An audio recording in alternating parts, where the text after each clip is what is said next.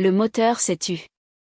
Le silence qui a suivi était plus lourd, plus assourdissant que le bruit du vieux diesel de la voiture d'Antoine. Dehors, un vent froid de début de printemps balayait la plaine normande, faisant frissonner les jeunes pousses dans les champs dénudés.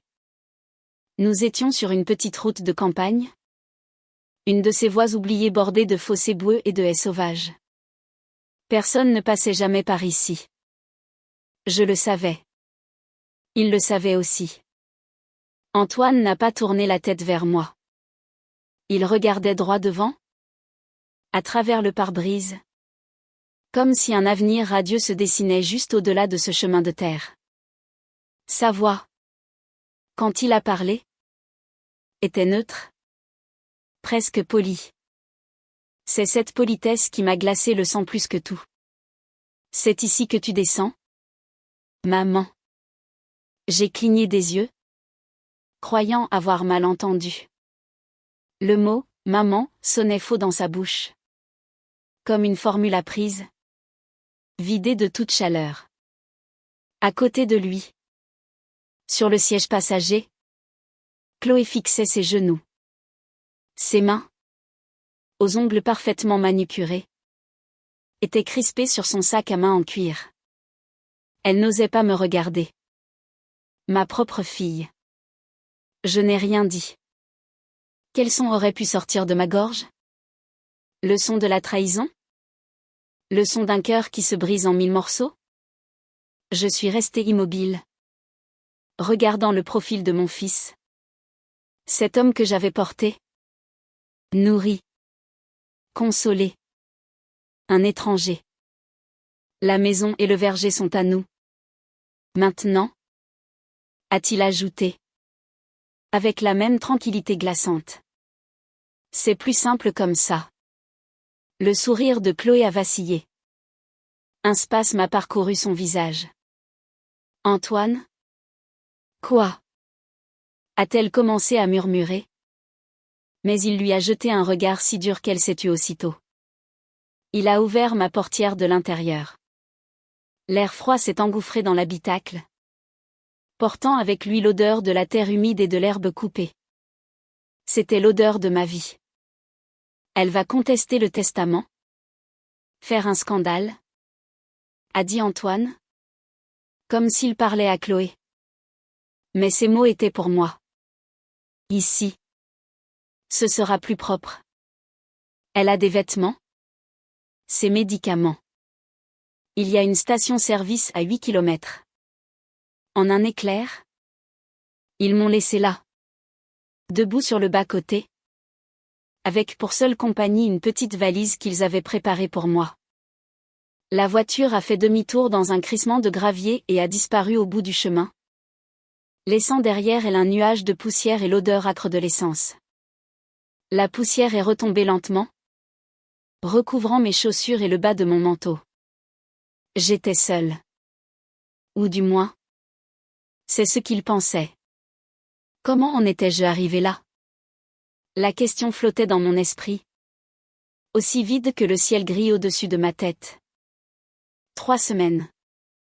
Il y a 3 semaines à peine, je l'enterrais. Jean-Luc. Mon mari. Je m'appelle Madeleine Dubois. J'ai 68 ans. Et pendant près de 5 décennies, j'ai été l'épouse, la mère et le cœur battant du verger de la Douce Espérance. Une petite exploitation de pommes biologiques en plein cœur du Calvados. Mes mains, bien que raidies par l'arthrite, se souviennent encore de chaque geste. Elles connaissent la transformation de la pâte en pain au levain, la taille précise des pommiers à l'aube, la chaleur du pressoir pendant la récolte. J'ai partagé chaque saison, chaque lutte, chaque joie avec Jean-Luc. Nous étions mariés depuis 1981. Nous avions tout construit ensemble. Ce verger, cette grande maison en pierre, cette famille. Pourtant, le matin qui a suivi ses funérailles, j'ai commencé à comprendre que ce que j'avais cru bâtir n'était peut-être qu'une illusion. Ou alors, Ce n'était simplement pas assez solide pour retenir mes enfants. Jean-Luc est mort d'un cancer du pancréas. 14 mois à regarder un homme de la terre? Un roc? Dépérir. Sa force lui était volée. Jour après jour.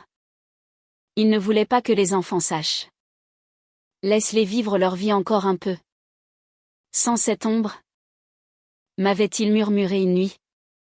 La voix rauque à cause de la morphine. Et parce que je l'aimais plus que tout, j'avais accepté. Mais au fond, je savais déjà. Nos enfants, Antoine et Chloé, étaient déjà loin.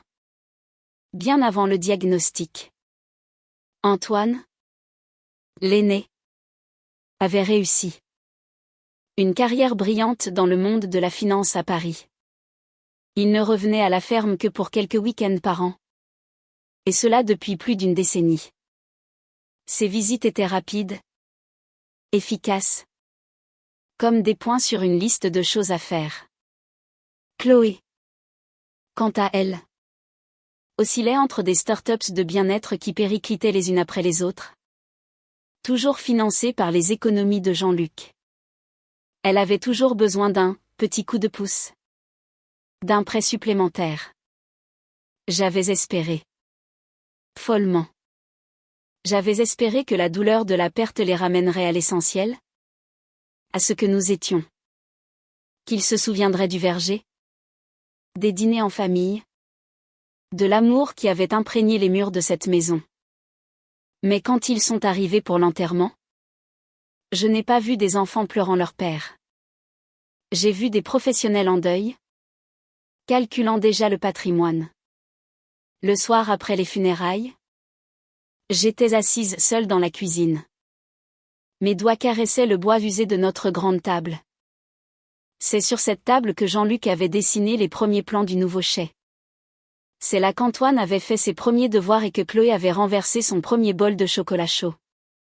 Les souvenirs étaient gravés dans le bois, plus profondément que les entailles des couteaux. Je leur avais dit que nous pourrions trier les affaires de Jean-Luc ensemble. Le lendemain. C'était un petit geste. Une façon maternelle d'ouvrir un espace pour le recueillement. Pour le partage des mémoires. Mais ils avaient d'autres projets. Le lendemain matin, la lumière du soleil filtrait à travers les rideaux en dentelle que Jean-Luc et moi avions choisis ensemble. 30 ans plus tôt, j'ai préparé du café. Du café filtre simple. Celui que Jean-Luc aimait. Pas le café en capsules importé qu'Antoine avait ramené de Paris.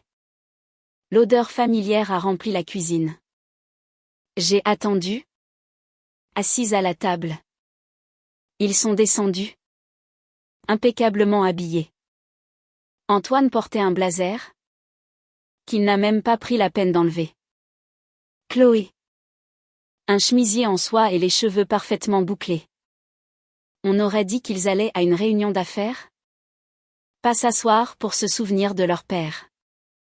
Maman, a commencé Antoine, en posant sa tasse sur la table avec la même précision clinique que je voyais chez lui lorsqu'il analysait des chiffres. On a discuté. Chloé a levé les yeux vers lui. Puis vers moi. Comme pour chercher une approbation. On pense qu'il est temps de commencer à régler les choses. La succession. L'exploitation. La maison. J'ai cligné des yeux. Incrédule. Régler les choses? Jean-Luc était dans sa tombe depuis à peine 48 heures. C'est une question pratique? A poursuivi Antoine, insensible à mon silence. Tu ne peux pas t'occuper du verger et de la maison toute seule. C'est trop grand? Maman. Beaucoup trop pour quelqu'un de ton âge. De mon âge. Les mots sont restés suspendus dans l'air? Lourd et froid. De mon âge? J'avais taillé ces arbres aux côtés de Jean-Luc sous des pluies battantes et des vagues de chaleur caniculaire.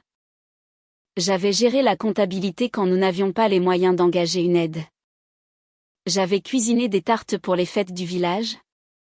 Conduit le tracteur. Livrer des caisses de pommes aux banques alimentaires. Cette ferme, ce n'était pas seulement le travail de Jean-Luc. C'était le travail de notre vie. On veut que tu sois confortable, a ajouté Chloé. Sa voix aussi douce et travaillée qu'un argumentaire de vente. Il y a une résidence pour seniors formidable. À 2 heures au sud. La vallée du soleil. Des activités. Des amis de ton âge. Je me suis levée pour débarrasser les tasses du petit déjeuner. Il me fallait un mouvement. N'importe quoi.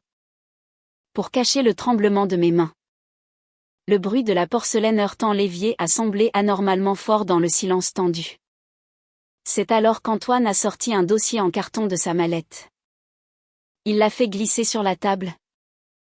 Vers moi. Papa m'en a parlé? L'année dernière? A-t-il dit. J'ai baissé les yeux.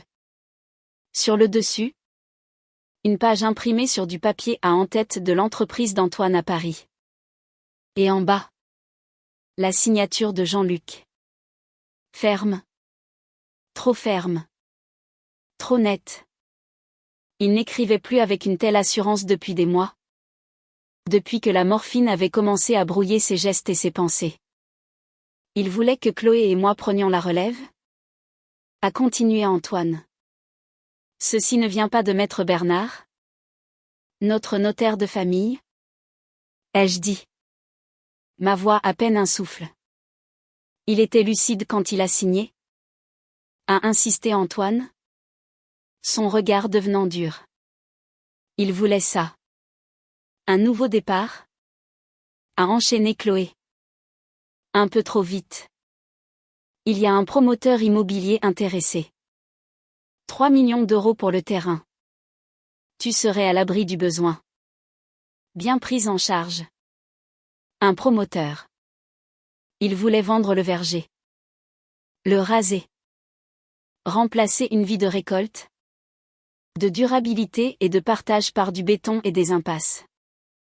Vous êtes en train de parler de vendre l'œuvre de la vie de votre père? Ai-je demandé? Ma voix basse mais tremblante de colère. Maman. Sois raisonnable. A dit Antoine. Sur un ton de supériorité exaspérée. Le verger ne peut pas durer éternellement. J'ai senti quelque chose monter en moi. Une fureur lente et brûlante que je n'avais pas ressentie depuis le jour où j'avais chassé à coups de balai un renard qui tentait de s'introduire dans le poulailler. Je les ai regardés. Mes enfants. Ces visages que j'avais tant aimés. J'ai dit. Calmement mais fermement, montrez-moi le testament. Antoine a hésité une fraction de seconde. Puis a poussé le dossier un peu plus vers moi. Je ne l'ai pas touché. Je vais me coucher. Ai-je annoncé. Nous parlerons demain. Mais au fond de moi. Je le savais déjà. Il n'y aurait pas de conversation demain. Ils n'étaient pas en deuil. Ils exécutaient un plan. Cette nuit-là, je n'ai pas dormi. Je suis restée allongée dans le lit que Jean-Luc et moi avions partagé pendant des décennies. J'écoutais les craquements familiers des murs de la vieille maison.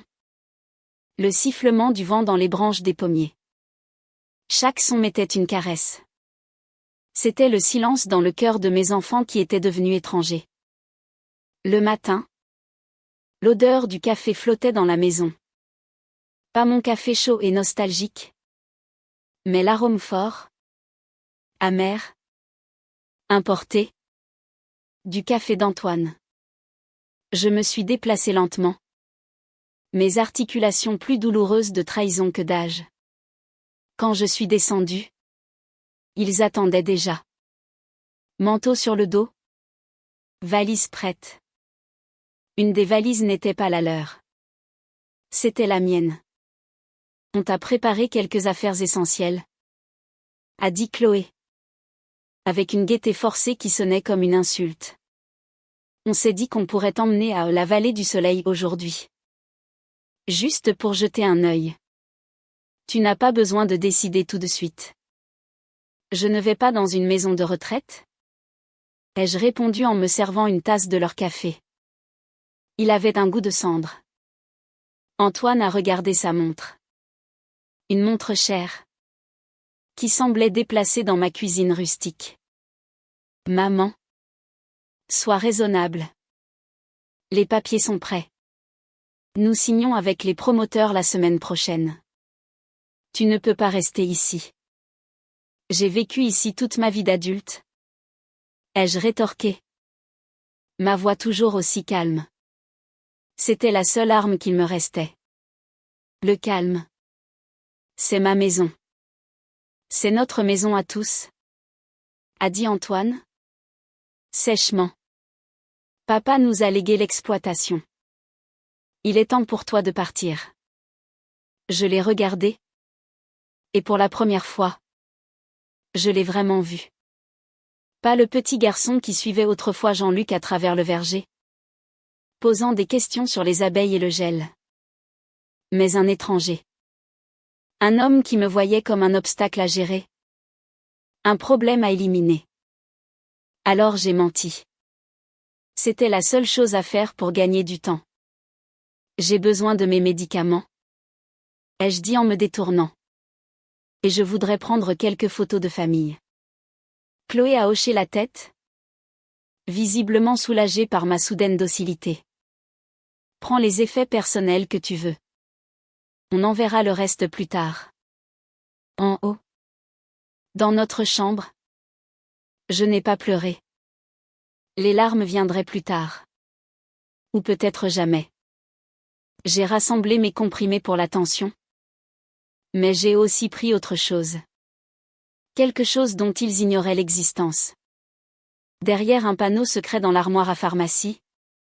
Que Jean-Luc avait installé dans les années 80. Quand il s'inquiétait des cambriolages. J'ai récupéré mon passeport et mon acte de naissance. Puis. Dans le grand placard. J'ai glissé ma main derrière ces vieilles chemises en flanelle. Celles qui sentaient encore un peu son odeur. Mes doigts ont trouvé la petite boîte métallique ignifugée. Elle était lourde. Elle contenait quelque chose de bien plus puissant qu'un souvenir. Un acte de propriété. L'acte original de 2 hectares de terre. Acheté à mon nom de jeune fille. Bien avant notre mariage. Une terre avec des droits d'eau. Une terre essentielle à tout développement futur. Quand je suis redescendue. Mon sac à main était plus lourd. Mais mon cœur. Étrangement. Était plus léger. J'étais prête. Prête? A demandé Antoine. Impatient. Oui. Ai-je répondu? En laissant Chloé prendre mon bras. Je les ai laissés croire que j'étais vaincue. Résignée. Je les ai laissés me conduire vers ma propre exécution. Nous avons longé les champs qui commençaient à verdir. Passé devant l'école primaire où j'avais été bénévole. La bibliothèque où je lisais des histoires aux enfants. Mais au lieu de prendre l'autoroute en direction de la vallée du Soleil, Antoine s'est engagé sur cette petite route de campagne isolée. Et 20 minutes plus tard, il s'est arrêté sur ce bas-côté en gravier, à côté d'un champ vide. C'est là qu'il m'a dit de descendre. Je suis restée là. Figée. Le vent tirant sur mon manteau. La petite valise à mes pieds semblait ridicule dans ce paysage immense et vide. Je l'ai agrippée. Non pas pour ce qu'elle contenait, quelques vêtements choisis à la hâte par Chloé, mais parce que c'était la seule chose solide à laquelle me raccrocher dans ce monde qui venait de basculer. Je n'avais pas peur. Je n'étais pas brisée. J'étais libre. D'une liberté terrible et inattendue. J'ai commencé à marcher. Pas en direction de la station-service qu'Antoine avait si généreusement mentionnée. Mais en direction du village. En direction de ma prochaine étape. Mes chaussures, des mocassins confortables pour la maison, n'étaient pas faites pour les routes de gravier. Le soleil de début de printemps, encore timide, commençait déjà à chauffer ma nuque. Mais à chaque pas, ma détermination se solidifiait. À chaque caillou qui roulait sous mes semelles, je sentais la colère laisser place à une résolution froide et claire. Dans mon sac à main, il y avait tout ce dont j'avais besoin, ma carte d'identité, mon passeport, mes médicaments et, le plus important, cet acte de propriété original. 2 hectares de verger de premier choix. Une terre qu'Antoine et Chloé ne savaient même pas exister. Une terre que j'avais achetée avec mes propres économies. Avant que Jean-Luc et moi ne nous marions. C'était une précaution à l'époque. Une sécurité au cas où l'exploitation ne survivrait pas à ses premières années difficiles. Jean-Luc appelait ça notre « filet de sécurité ». Au cas où. Aujourd'hui. C'était ma bouée de sauvetage. Ces 2 hectares n'étaient pas n'importe quelle terre. Ils contenaient l'unique source naturelle d'eau de toute la propriété, une petite source qui ne s'était jamais tarie. Même pendant les pires sécheresses. Sans elle, pas d'irrigation. Sans irrigation, pas de verger. Et sans verger, pas de projet immobilier à 3 millions d'euros. Mes enfants pensaient m'avoir acculé. M'avoir rayé de l'équation. Mais ils ne comprenaient pas la terre sous leurs pieds. Ils ne comprenaient pas le poids d'un héritage. Moi. Si. Après presque 2 heures de marche, mes pieds étaient couverts d'ampoules et meurtris. Mais j'ai atteint les abords du village de la Douce Espérance. La vue familière de l'enseigne Épicerie Bar Pascal était comme un phare dans la tempête. C'était un petit commerce à l'ancienne. Immuable. Un de ces endroits où les gens s'appelaient encore par leur prénom et payaient parfois en laissant une ardoise. Je me suis assise sur le banc en bois à l'extérieur, essayant de reprendre mon souffle. Je ne devais pas avoir fière allure. Juste une vieille femme fatiguée avec une valise. L'air un peu perdu. Mais je possédais quelque chose de bien plus puissant qu'il ne l'aurait jamais imaginé, la vérité. Monsieur Pascal est sorti de derrière son comptoir, s'essuyant les mains sur son tablier bleu. Il me connaissait depuis plus de 30 ans. Il avait vu grandir mes enfants. Madame Dubois, s'est-il exclamé en fronçant les sourcils. Vous allez bien? Vous avez l'air un peu pâle. Je me repose juste un peu. Pascal. La journée a été longue. Ai-je répondu? Ma voix plus stable que je ne l'aurais cru. Son regard s'est posé sur la valise à côté de moi. Puis est revenu sur mon visage. Chargé d'inquiétude. Toutes mes condoléances pour Jean-Luc. C'était un homme bien. Oui. Ai-je acquiescé? Un nœud se formant dans ma gorge. Oui. Il l'était. Il a hésité un instant. Puis a demandé avec une gentillesse qui m'a presque fait flancher, vous auriez besoin d'utiliser le téléphone. Si ça ne vous dérange pas? Ce serait très aimable. Pascal. Merci. Il m'a fait entrer. Me guidant à travers les rayons de conserves de pêche et de paquets de céréales en promotion. Jusqu'à un petit bureau en désordre à l'arrière. L'endroit sentait le carton et le café froid. J'ai composé le numéro de mémoire. Notre notaire de famille depuis toujours? Maître Bernard. Maître Bernard à l'appareil? A répondu sa voix posée au premier son de la sonnerie. Maître Bernard? C'est Madeleine Dubois. Il y a eu un silence surpris à l'autre bout du fil. Madeleine. J'essayais de vous joindre. Je vous attendais pour la lecture du testament. J'ai serré plus fort le combiné du téléphone. Quelle lecture? Eh bien. Antoine a présenté un testament. Un testament authentique? Apparemment. Mais j'étais perplexe. Il ne correspondait pas au dossier que votre mari et moi avions mis à jour l'année dernière. J'allais justement vous appeler pour clarifier la situation. J'ai besoin de votre aide. Maître. Ai-je dit. Ma voix soudain claire et forte. Débarrassée de toute hésitation. Bien sûr. Madeleine. Où êtes-vous? Que se passe-t-il? C'est une longue histoire. Pouvez-vous me recevoir? Maintenant? Mon bureau est toujours ouvert pour vous. Venez. Je vous attends. J'ai raccroché et me suis tourné vers Monsieur Pascal. Vous vendez des téléphones prépayés? Il a hoché la tête. Quelques modèles simples. Pour les personnes âgées? Principalement. J'en voudrais un. Et une bouteille d'eau? S'il vous plaît. Il a refusé de prendre mon argent. C'est pour moi. Madame Dubois. Si vous avez besoin de quoi que ce soit d'autre, n'hésitez pas. Sa gentillesse a failli me briser. Mais je n'avais pas pleuré en enterrant Jean-Luc. Et je ne pleurerai pas maintenant. J'avais du travail à faire. Et je n'avais pas encore terminé. Le bureau de Maître Bernard était situé au premier étage d'une vieille maison bourgeoise sur la rue principale, juste en face de la mairie. C'était notre notaire depuis que nous avions acheté la ferme. Bernard était le genre d'homme qui portait des pulls en laine sans ironie et croyait encore à la valeur d'une poignée de main. Sa secrétaire, Hélène, a eu un petit hoquet de surprise en me voyant. Madame Dubois. Maître Bernard vous attend. Puis-je vous offrir un verre d'eau? Un café?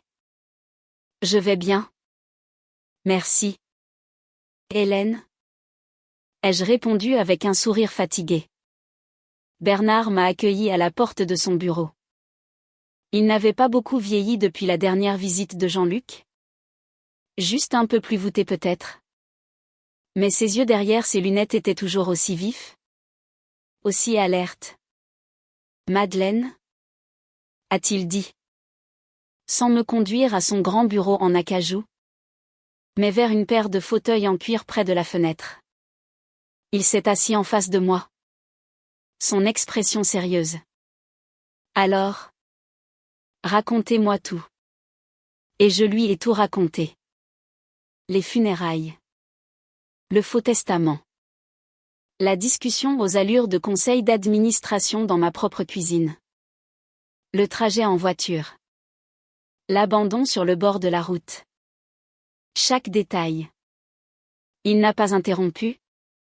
Écoutant simplement. Hochant la tête de temps en temps. Son visage s'assombrissant à chaque minute. Quand j'ai terminé, un long silence s'est installé.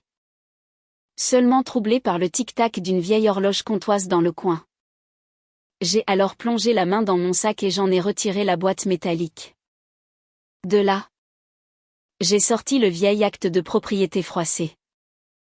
L'acte des 2 hectares de terre que Jean-Luc et moi avions discrètement mis de côté des décennies plus tôt. À mon nom. Madeleine Prieur. Mon nom de jeune fille. Bernard a examiné le document avec une sorte de silence respectueux. Il a chaussé ses lunettes de lecture. L'a lu attentivement. Puis l'a relu. Il a levé les yeux vers moi. Et pour la première fois, j'ai vu une lueur de combat dans son regard. Ça, c'est de l'or. Madeleine. Ce n'est pas juste un terrain. C'est un levier de pouvoir. Avec les droits d'eau et le zonage agricole protégé, le promoteur ne peut rien toucher sans ça. Je sais. Ai-je murmuré. Il s'est adossé à son fauteuil, tapotant pensivement le bord de l'acte de propriété. Ce qu'Antoine a présenté est une contrefaçon. J'en étais presque certain quand j'ai vu la signature. Elle était trop propre, trop lisse pour un homme en soins palliatifs. Je savais que ce n'était pas celle de Jean-Luc. Nous allons la contester. Bien sûr, a déclaré Bernard. Mais ça prend du temps. En attendant, nous allons utiliser ça. Il a soulevé le vieil acte. Vous détenez toujours la propriété légale de la partie la plus cruciale du terrain. Ils ne peuvent pas procéder à la vente sans votre consentement. Qu'est-ce que vous voulez faire? Madeleine? La question flottait entre nous. Que voulais-je? La vengeance? L'argent? Non. Je veux récupérer ma maison. Ai-je dit doucement. Et je veux qu'ils comprennent. Qu'ils comprennent ce qu'ils ont fait. Bernard a hoché la tête. Son expression déterminée. Alors, nous allons faire en sorte qu'ils comprennent. D'abord, je vais rédiger une lettre aux promoteurs. Ils doivent être informés que le bien qu'on leur promet n'est pas complet.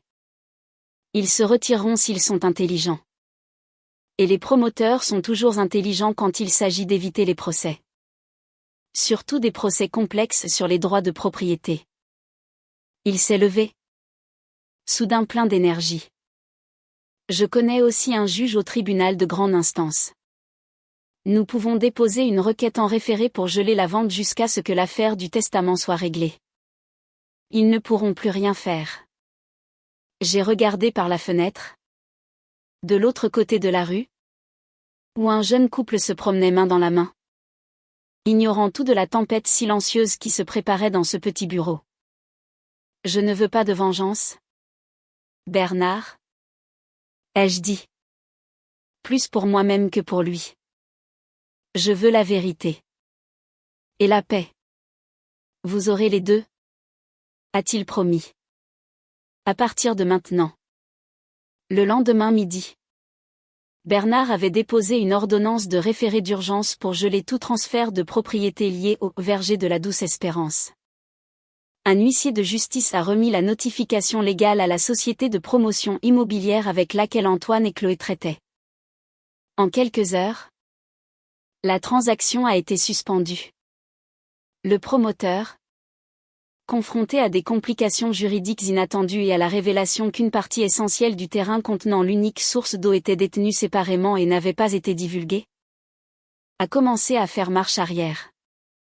Leurs avocats ont contacté Bernard avec des demandes urgentes de clarification. Je leur ai dit la vérité, m'a expliqué Bernard alors que nous étions assis dans son bureau. Passant en revue les documents. Le terrain est incomplet. Les droits d'eau sont intransférables.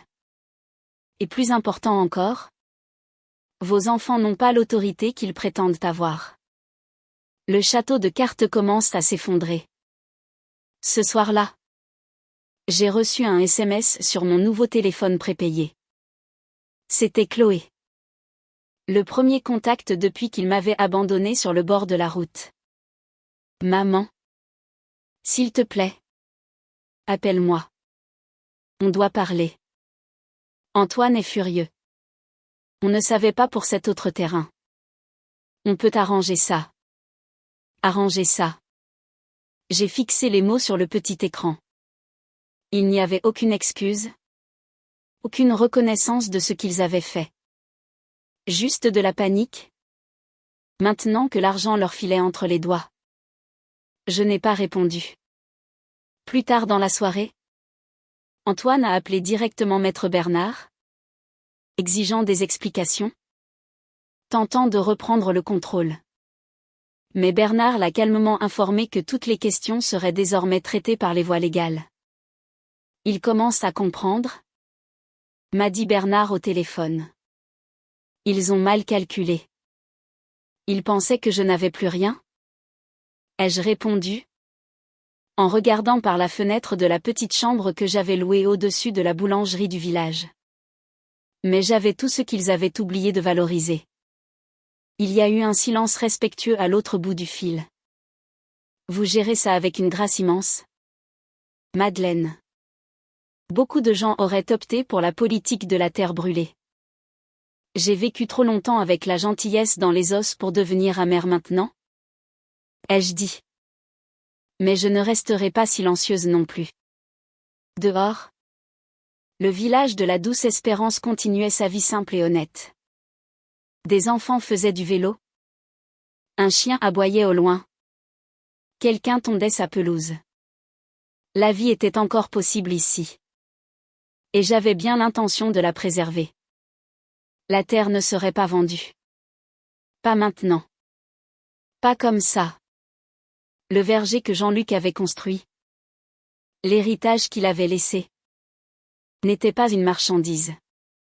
C'était ma maison. Et je n'avais pas encore fini de la protéger. Les semaines qui suivirent furent étranges. Suspendues dans un silence tendu. Je n'étais pas retournée à la ferme. L'idée même de franchir le portail, de marcher sur l'allée où il m'avait conduite à mon propre exil, me donnait la nausée. La maison était devenue un lieu hanté. Non pas par le fantôme de Jean-Luc, mais par le souvenir cuisant de la trahison de mes enfants. Alors, je suis restée dans mon petit appartement au-dessus de la boulangerie de Madame Pinson. C'était un endroit modeste, avec un parquet qui craquait et des fenêtres qui laissaient passer un peu d'air froid. Mais il avait un petit balcon. Juste assez grand pour une chaise berçante et quelques pots de basilic et de romarin. Le matin, l'odeur de la cannelle et du pain frais montait des fourneaux. Une odeur douce et réconfortante. Ce n'était pas la maison que Jean-Luc et moi avions bâtie. Mais c'était à moi. Et cela comptait plus que tout. Lentement, j'ai commencé à retisser les fils de ma vie. Une vie qui n'était plus définie par mon rôle d'épouse ou de mère, mais par ce que j'étais. Moi. Madeleine. J'ai repris mes cours de patchwork le mercredi soir au centre communautaire. Une activité que j'avais délaissée pendant la maladie de Jean-Luc. Je retrouvais les autres femmes du village. Leurs rires. Leurs histoires. Le bruit apaisant des aiguilles traversant le tissu. Elles ne m'ont pas posé de questions. Elles ont simplement fait une place pour moi. M'ont tendu une tasse de tisane chaude et ont continué à coudre à mes côtés. Comme si je n'étais jamais partie. J'ai même commencé à animer des ateliers le week-end à la bibliothèque. Des ateliers sur ce que je connaissais le mieux, le jardinage biologique et la culture durable des arbres fruitiers. Au début, je craignais que personne ne vienne. Qui voudrait écouter une vieille femme parler de compost et de greffage? Mais les gens sont venus. Des adolescents curieux. Des retraités cherchant un nouveau passe-temps. Et même de jeunes couples. Les yeux brillants d'espoir. Qui rêvaient de créer leur propre petite ferme. Les gens m'écoutaient. Non pas parce que j'élevais la voix. Mais parce que je parlais avec l'histoire dans mes mains. Avec la terre que nous avions protégée pendant des décennies sous mes ongles. Je leur parlais des différentes variétés de pommes. De la façon de reconnaître une bonne terre. De l'importance des abeilles. Je leur parlais de Jean-Luc. De sa patience. De sa philosophie. Il disait toujours, on n'est pas propriétaire de la terre. Madeleine. On en est juste les gardiens pour ceux qui viendront après nous.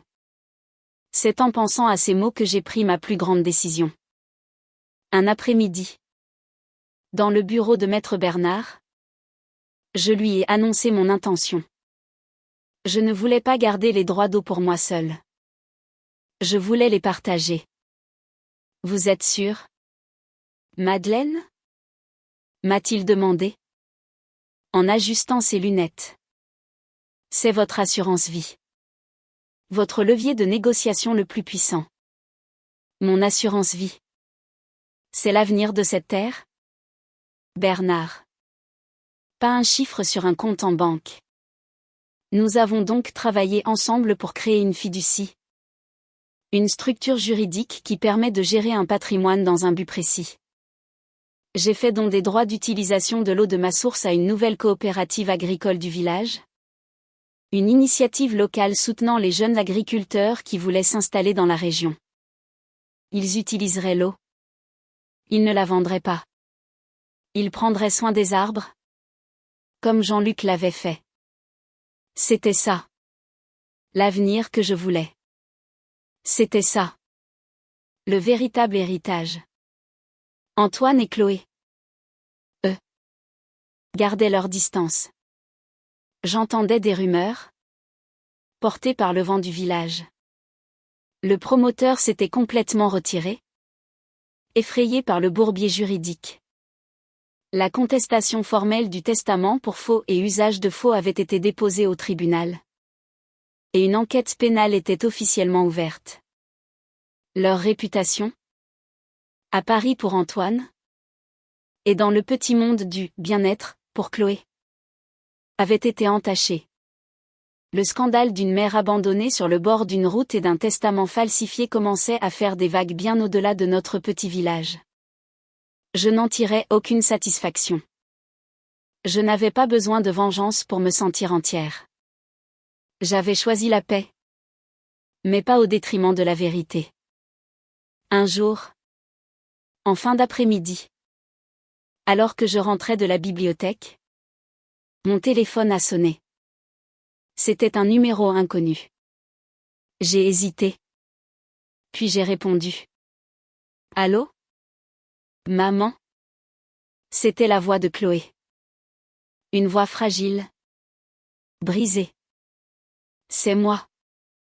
J'ai attendu. Le cœur battant. J'ai besoin de te voir. A-t-elle balbutié. S'il te plaît. Juste 5 minutes. Où es-tu? Ai-je demandé. Ma propre voix plus froide que je ne l'aurais souhaité. Je suis dans le village. Devant l'église. Je suis restée un instant silencieuse. Une partie de moi voulait raccrocher. Lui dire qu'il était trop tard. Mais une autre partie, la partie mère qui ne meurt jamais tout à fait, m'a poussée à y aller. J'arrive. Ai-je dit avant de terminer l'appel. Je l'ai trouvée assise sur les marches de l'église. Le même endroit où elle avait pris des photos le jour de sa communion. Si radieuse dans sa robe blanche. Aujourd'hui, elle n'avait rien de radieux. Elle était maigre. Son visage était pâle et ses yeux cernés. Son chemisier en soie coûteux était froissé. Elle avait l'air perdue. Elle s'est levée quand elle m'a vue approcher. Maman. Chloé. Elle a éclaté en sanglots. Des sanglots profonds. Déchirants. Qui semblaient venir du plus profond de son être. Elle a essayé de parler.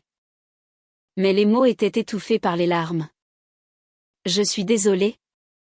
A-t-elle finalement réussi à articuler entre deux hoquets. Je suis tellement désolée. C'étaient les mots que j'attendais. Les mots qu'Antoine n'avait jamais prononcés. J'ai regardé ma fille pleurer. Et je n'ai pas ressenti de la colère. Mais une immense pitié. Pourquoi? Chloé? Ai-je demandé doucement. Pourquoi as-tu fait ça? Elle a secoué la tête, s'essuyant les yeux avec le dos de sa main. Je ne sais pas. Antoine. Il était si convaincant. Il disait que c'était la meilleure solution pour tout le monde. Que tu serais plus en sécurité. Que nous n'aurions plus de soucis financiers. J'étais faible. J'ai eu peur. Peur de le contredire.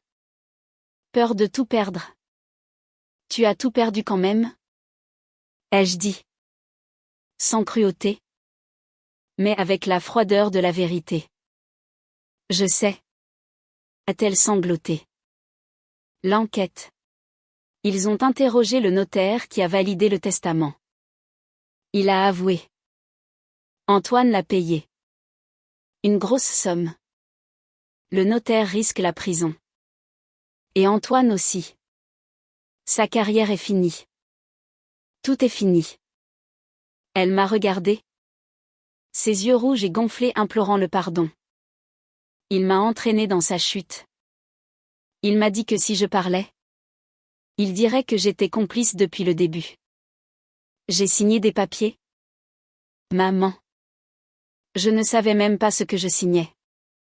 Je me suis assise à côté d'elle sur les marches froides de l'église. Le soleil couchant jetait une lumière dorée sur la place du village. Et qu'attends-tu de moi? Chloé? Je ne sais pas. A-t-elle avoué? Peut-être rien. Je voulais juste que tu saches. que je regrette.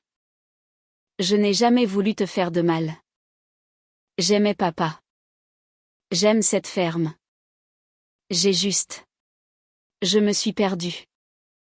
Je suis restée silencieuse pendant un long moment, écoutant les sons du village qui s'endormait. J'ai pensé à la petite fille qui courait dans le verger, les cheveux blonds flottant au vent. J'ai pensé à la jeune femme qui avait toujours eu besoin de l'approbation de son grand frère. Et j'ai pensé à la femme brisée assise à côté de moi. L'amour ne suffit pas toujours. Chloé. Ai-je dit finalement. Il faut du courage aussi. Le courage de dire non. Le courage de défendre ce qui est juste. Même si c'est difficile. Elle a hoché la tête. Incapable de parler. Je ne peux pas effacer ce que vous avez fait. Ai-je continué? Je ne peux pas retirer la plainte. La justice doit suivre son cours. Pour ton père. Et pour moi. J'ai vu l'espoir mourir dans ses yeux. Mais. Ai-je ajouté?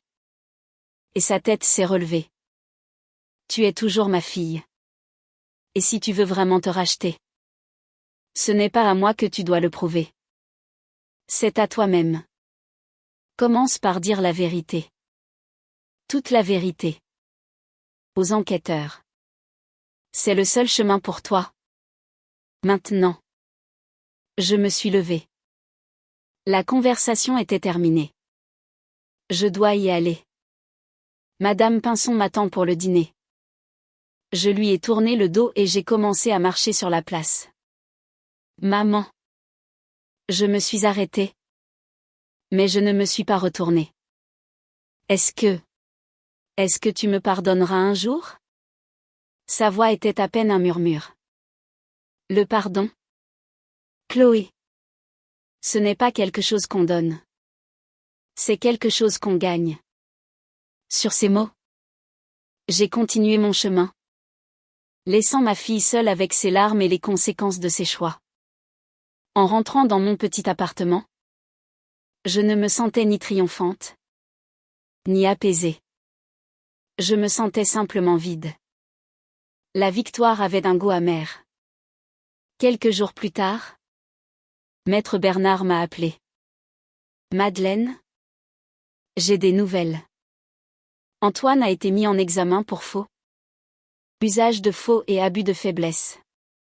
Chloé a coopéré pleinement avec la police. Elle a tout avoué. Son témoignage est accablant pour son frère. En raison de sa coopération, elle pourrait bénéficier d'une peine plus légère? Probablement avec sursis. Mais pour Antoine? Les choses s'annoncent très mal. J'ai fermé les yeux. Il n'y avait aucune joie dans cette nouvelle. Seulement une profonde tristesse. Le fils que j'avais élevé allait probablement aller en prison. Il y a autre chose? A poursuivi Bernard. J'ai reçu un appel. De sa part. Il veut vous voir. Antoine? Oui. Il est assigné à résidence à Paris en attendant son procès. Il demande à vous parler. Il dit que c'est urgent. Mon premier instinct a été de refuser. Que pouvait-il bien avoir à me dire? Des excuses? Des menaces? Je n'avais aucune envie de le voir. De faire face à nouveau à ce visage qui était devenu celui d'un étranger. Je ne sais pas. Bernard. Madeleine?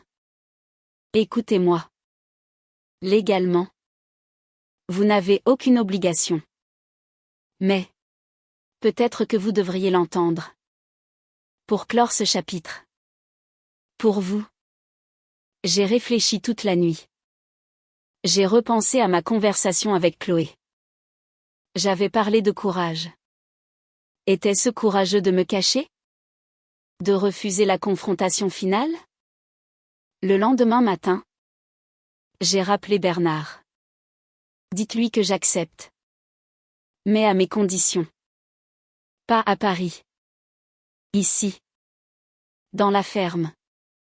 Dans la cuisine. Là où tout a commencé. Bernard a semblé surpris, mais il a accepté de transmettre le message. La rencontre a été fixée pour le samedi suivant. Pour la première fois depuis des semaines, j'allais retourner à la maison. Ma maison. J'ai passé les jours suivants à me préparer mentalement. Je ne savais pas à quoi m'attendre.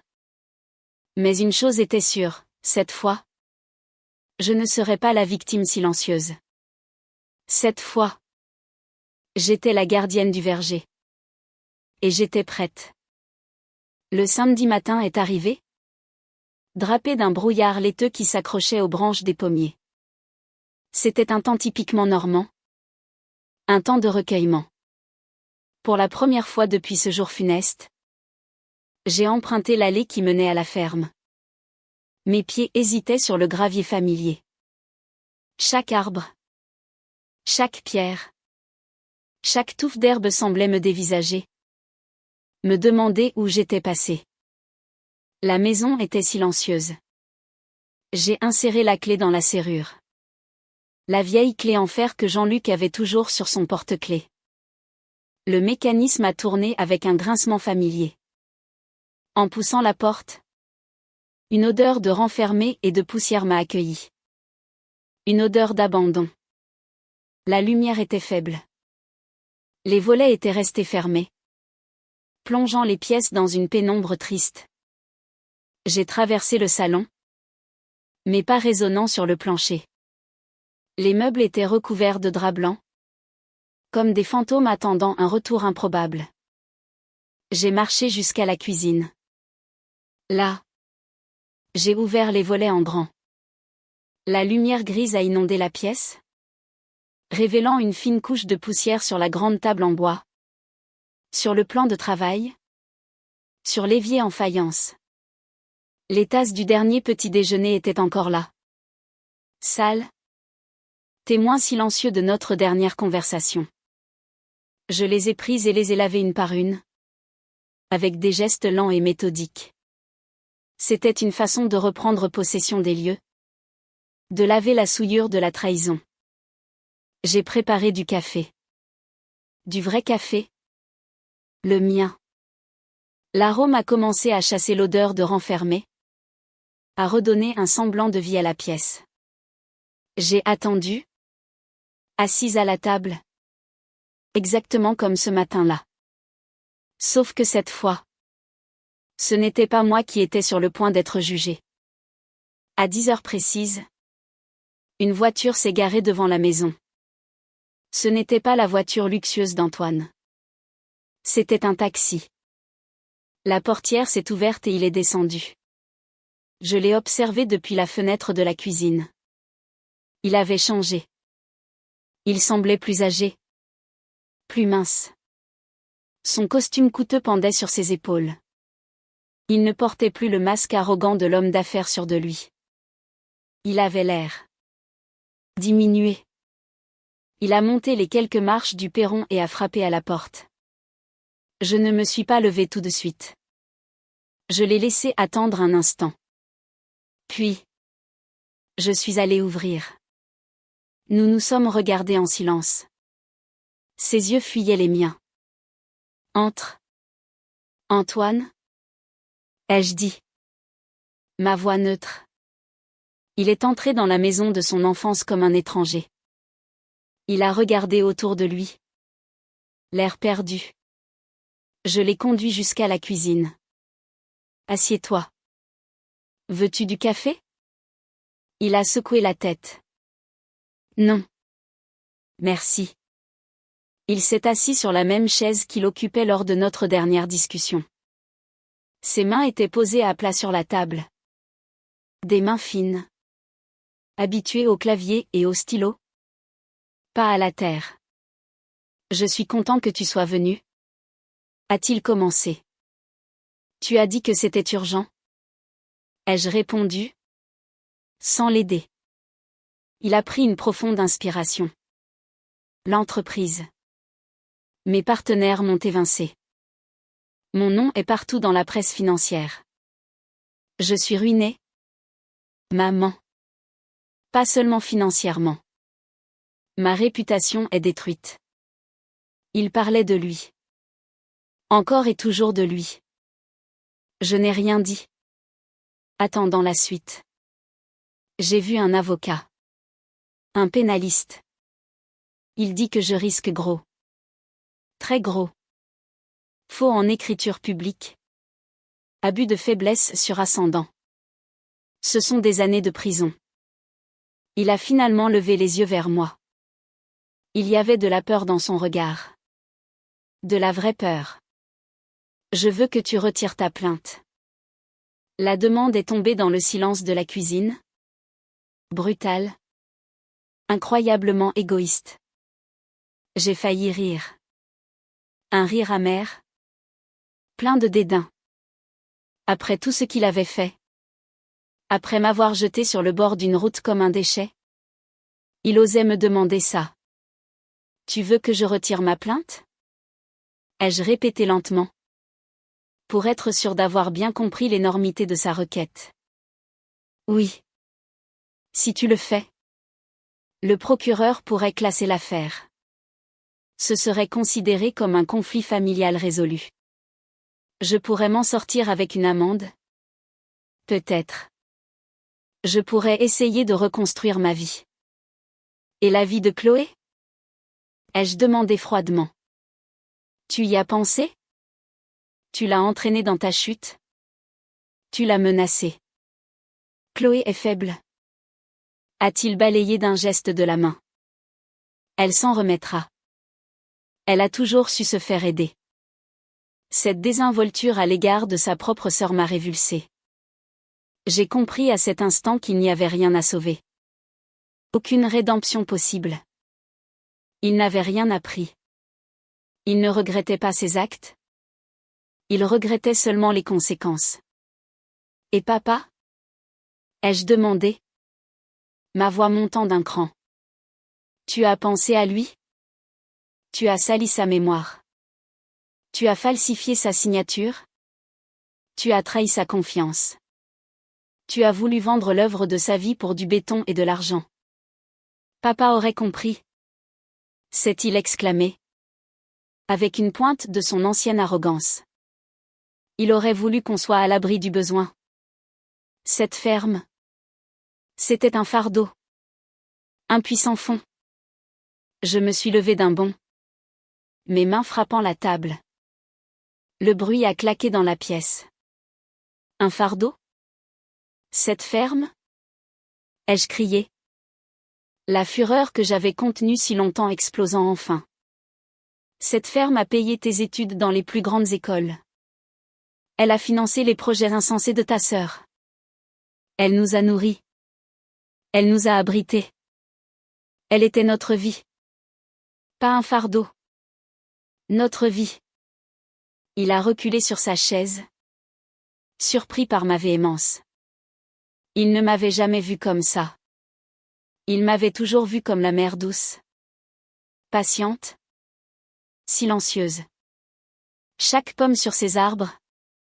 Ai-je continué? Ma voix tremblante de passion. Chaque bouteille de cidre dans cette cave. Porte la sueur de ton père.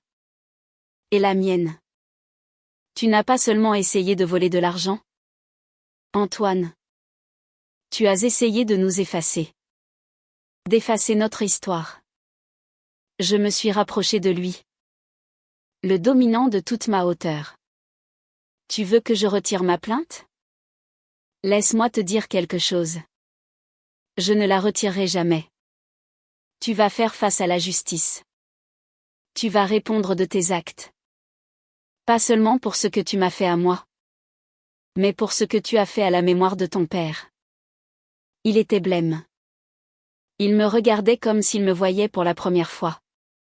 Tu ne comprends pas? A-t-il murmuré. Ils vont me détruire. Tu t'es détruit tout seul? Antoine. Le jour où tu as décidé que l'argent était plus important que ta famille. Je suis allé jusqu'à la porte et je l'ai ouverte. Maintenant? Sors. Sors de cette maison. Et ne reviens jamais. Il est resté assis un instant, comme pétrifié. Puis, il s'est levé lentement, comme un vieil homme. Il a traversé la cuisine sans me regarder et a franchi le seuil. Je l'ai regardé descendre les marches et s'éloigner sur l'allée. Il n'a pas regardé en arrière. J'ai refermé la porte et je me suis appuyé contre elle. Le corps secoué de tremblements. C'était fini. Le dernier lien était coupé. Je me sentais vidé, épuisé, mais aussi, étrangement, purifié. La colère était sortie. Il ne restait plus que le chagrin.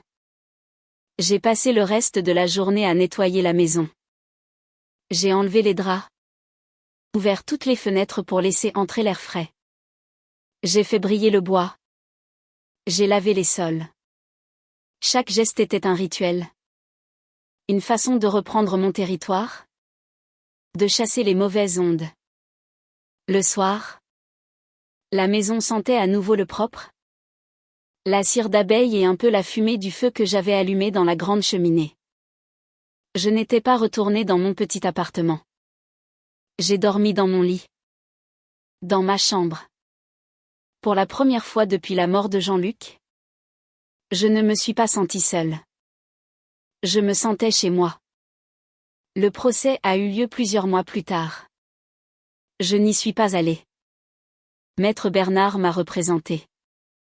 Il m'a tout raconté par téléphone. Le témoignage de Chloé avait été crucial.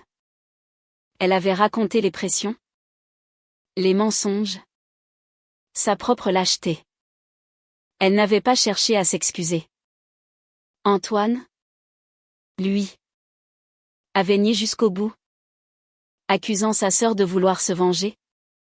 Son avocat essayant de me dépeindre comme une vieille femme sénile et manipulatrice. Mais les preuves étaient là. L'expertise graphologique. Le témoignage du notaire corrompu. Les relevés bancaires prouvant le versement du pot de vin. Le verdict est tombé. Antoine a été condamné à 4 ans de prison, dont 2 avec sursis, pour faux, usage de faux et abus de faiblesse. Le notaire a écopé d'une peine similaire et d'une interdiction d'exercer à vie. Chloé, en raison de sa coopération, a été condamnée à 18 mois de prison avec sursis et à une mise à l'épreuve. Quand Bernard m'a annoncé la nouvelle, je n'ai ressenti ni joie ni triomphe. Juste une immense lassitude. Une page était tournée. Une page douloureuse de ma vie. Maintenant, il fallait commencer à en écrire une nouvelle. J'ai décidé de rester à la ferme. Elle était trop grande pour moi. C'était vrai. Mais elle n'était pas vide. Elle était pleine des souvenirs de Jean-Luc. Pleine de l'énergie des jeunes agriculteurs de la coopérative qui venaient maintenant puiser de l'eau à la source. Elle était pleine de vie. J'ai commencé à transformer une partie de la grange en un petit gîte rural. J'ai utilisé l'argent que Jean-Luc m'avait laissé. Celui qu'Antoine n'avait pas réussi à voler. J'ai appris la comptabilité en ligne. J'ai créé un site internet. Des gens de la ville ont commencé à venir. Cherchant le calme de la campagne. Je leur faisais visiter le verger. Je leur apprenais à faire du cidre. Je leur préparais des petits déjeuners avec les œufs de mes poules et le pain que je cuisais à nouveau chaque matin. Ma vie a trouvé un nouveau rythme.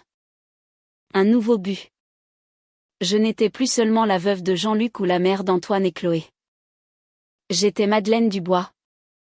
La gardienne du verger de la douce espérance. L'automne est arrivé, peignant le verger de teintes dorées et pourpres. C'était la saison de la récolte. La période la plus intense et la plus joyeuse de l'année. Autrefois, c'était un ballet orchestré par Jean-Luc, où chaque membre de la famille avait son rôle. Aujourd'hui, j'étais seule à la barre. Mais pas solitaire. La coopérative des jeunes agriculteurs, reconnaissante pour le don des droits d'eau, m'avait offert son aide. Chaque matin, Un groupe de jeunes gens pleins d'énergie arrivait avec leurs paniers et leurs échelles. Leur rire et leur chant résonnaient entre les rangées de pommiers, remplaçant le silence qui s'était installé. Il y avait Léo, un ancien informaticien de la ville qui avait tout quitté pour vivre de la terre. Il y avait Élise, une agronome passionnée par les techniques de permaculture. Il m'appelait Madeleine, pas Madame Dubois. Il me posait des questions sur les vieilles méthodes, sur les secrets de Jean-Luc pour obtenir un cidre si parfumé. En retour, il m'enseignait de nouvelles techniques, de nouvelles idées. C'était un échange. Un pont entre les générations. Un après-midi. Alors que nous étions tous réunis dans le chai pour la première pressée, sentant l'odeur sucrée du mou de pomme emplir l'air, j'ai vu une silhouette hésitante à l'entrée. C'était Chloé. Elle portait des vêtements simples, un jean et un pull en laine, et des bottes couvertes de boue. Elle avait coupé ses longs cheveux blonds. Elle semblait plus solide, moins fragile. Personne n'a rien dit. Les jeunes ont cessé de travailler, me regardant, attendant ma réaction. Chloé n'a pas essayé de s'approcher de moi. Elle est restée sur le seuil, les mains dans les poches, le regard humble. « Je peux aider ?» a-t-elle demandé. Sa voix basse. J'ai regardé les visages curieux autour de moi. Puis j'ai reporté mon attention sur ma fille. Je ne savais pas qu'elle était sortie de sa mise à l'épreuve. Elle n'avait pas appelé. « Tu sais comment faire ?» ai-je demandé. Ma voix neutre. « Papa m'a appris. » a-t-elle répondu simplement. Un souvenir a flashé dans mon esprit, Chloé. Adolescente, riant aux éclats alors que Jean-Luc la laissait tourner la manivelle du vieux pressoir. J'ai hoché la tête. Prends un seau. Les rainettes sont là-bas. Sans un mot de plus, elle a attrapé un seau et s'est jointe au groupe. Elle n'a pas cherché à me parler. Elle a simplement travaillé. Dur. Elle portait les lourds seaux de pommes. Elle nettoyait les cuves. Elle aidait à transvaser le jus. Elle travaillait avec une diligence silencieuse, comme quelqu'un qui cherche la pénitence dans l'effort physique. Elle est revenue le lendemain. Et le jour d'après. Chaque jour de la récolte. Elle était là. Du matin au soir. Elle parlait peu. Mais elle observait tout. Elle écoutait les conversations. Apprenait les prénoms des jeunes agriculteurs. Participait au déjeuner que nous prenions tous ensemble sur la grande table de la cuisine. Un soir, alors que tout le monde était parti et que nous nettoyions les derniers outils dans le chai, elle a rompu le silence. Je travaille dans une pépinière ? De l'autre côté du département ? A-t-elle dit. Sans me regarder. Ce n'est pas grand-chose. Mais j'apprends. J'aime bien. C'est bien. Ai-je répondu, en rangeant une brosse. J'ai vu un psychologue. Ça fait partie de ma mise à l'épreuve. Mais je continue à y aller. Ça m'aide. J'ai hoché la tête, sans savoir quoi répondre. Il m'a dit que je devais comprendre pourquoi j'ai laissé Antoine avoir autant d'emprise sur moi. Pourquoi j'ai toujours eu besoin de la validation des autres. Elle a fait une pause, puis a ajouté, presque dans un souffle, je crois que j'ai toujours voulu vous impressionner. Papa et toi. Et Antoine ? C'était le plus facile à impressionner. Avec l'argent et le succès. Je me suis arrêtée et je me suis tournée vers elle. La faible lumière du chai dessinait des ombres sur son visage. Tu n'as jamais eu besoin de nous impressionner ? Chloé. Nous t'aimions. C'est tout. Des larmes ont brillé dans ses yeux. Mais elle ne les a pas laissées couler. Je sais. Maintenant. Ce soir-là. Pour la première fois. Je l'ai invité à rester pour le dîner. Nous avons mangé en silence. Mais ce n'était pas un silence hostile. C'était un silence prudent. Comme deux personnes qui réapprennent à se connaître après une longue et douloureuse absence. Les mois ont passé. L'hiver est venu, couvrant le verger d'un manteau de givre. Chloé continuait de venir le week-end. Elle ne demandait rien. Elle m'aidait à entretenir le gîte, à tailler les rosiers, à fendre du bois pour la cheminée. Elle reconstruisait le pont entre nous. Non pas avec des mots, mais avec des actes. Lentement, très lentement, une nouvelle relation commençait à se former. Une relation plus honnête, plus adulte. Un jour de janvier, j'ai reçu une lettre. L'enveloppe portait le cachet de la prison centrale. C'était d'Antoine. Mes mains ont tremblé en l'ouvrant. Sa calligraphie, autrefois si assurée, était devenue hésitante, presque enfantine. Maman, je ne sais pas si tu liras cette lettre. Je ne sais même pas pourquoi je l'écris. Peut-être parce qu'ici, il n'y a rien d'autre à faire que de penser. Je n'ai pas d'excuses. Pas de bonne raison. J'étais aveugle. Aveuglée par l'argent. Par le statut. Par cette idée stupide que la réussite se mesure à ce que l'on possède. J'ai grandi en voyant papa travailler si dur pour si peu de reconnaissance. Selon moi. Je ne voulais pas de cette vie. Je voulais plus. Je voulais tout. Et dans ma course, j'ai tout piétiné. Je ne te demande pas de me pardonner. Je ne le mérite pas. Je sais que j'ai détruit notre famille. Je voulais juste que tu saches que chaque nuit, dans cette cellule, je vois ton visage sur le bord de cette route. Et pour la première fois de ma vie, je ressens de la honte. Une honte si profonde qu'elle me consume. Je ne sais pas ce que je deviendrai en sortant d'ici. Mais je sais ce que je ne serai plus. Antoine. J'ai lu la lettre plusieurs fois. Je n'ai pas pleuré. Je l'ai pliée soigneusement et je l'ai rangée dans la boîte en métal, à côté de l'acte de propriété. C'était une autre pièce du puzzle. Un autre chapitre de notre histoire brisée. Je ne lui ai pas répondu. Il n'y avait rien à répondre. Ses actes futurs seraient sa seule réponse valable. Le printemps est revenu. Le verger s'est réveillé, couvert de milliers de promesses roses et blanches. Un après-midi, Maître Bernard est venu me rendre visite. Ce n'était plus une visite professionnelle. Il venait de temps en temps, pour prendre un café et discuter. C'était devenu un ami. Nous étions assis sur le banc devant la maison, regardant les abeilles butiner les fleurs de pommier. Vous avez l'air en paix, Madeleine, a-t-il dit. Je le suis, ai-je répondu. C'est étrange. J'ai traversé la pire épreuve de ma vie. Et pourtant, je ne me suis jamais sentie aussi. Moi-même. Parfois, il faut tout perdre pour se retrouver, a-t-il philosophé.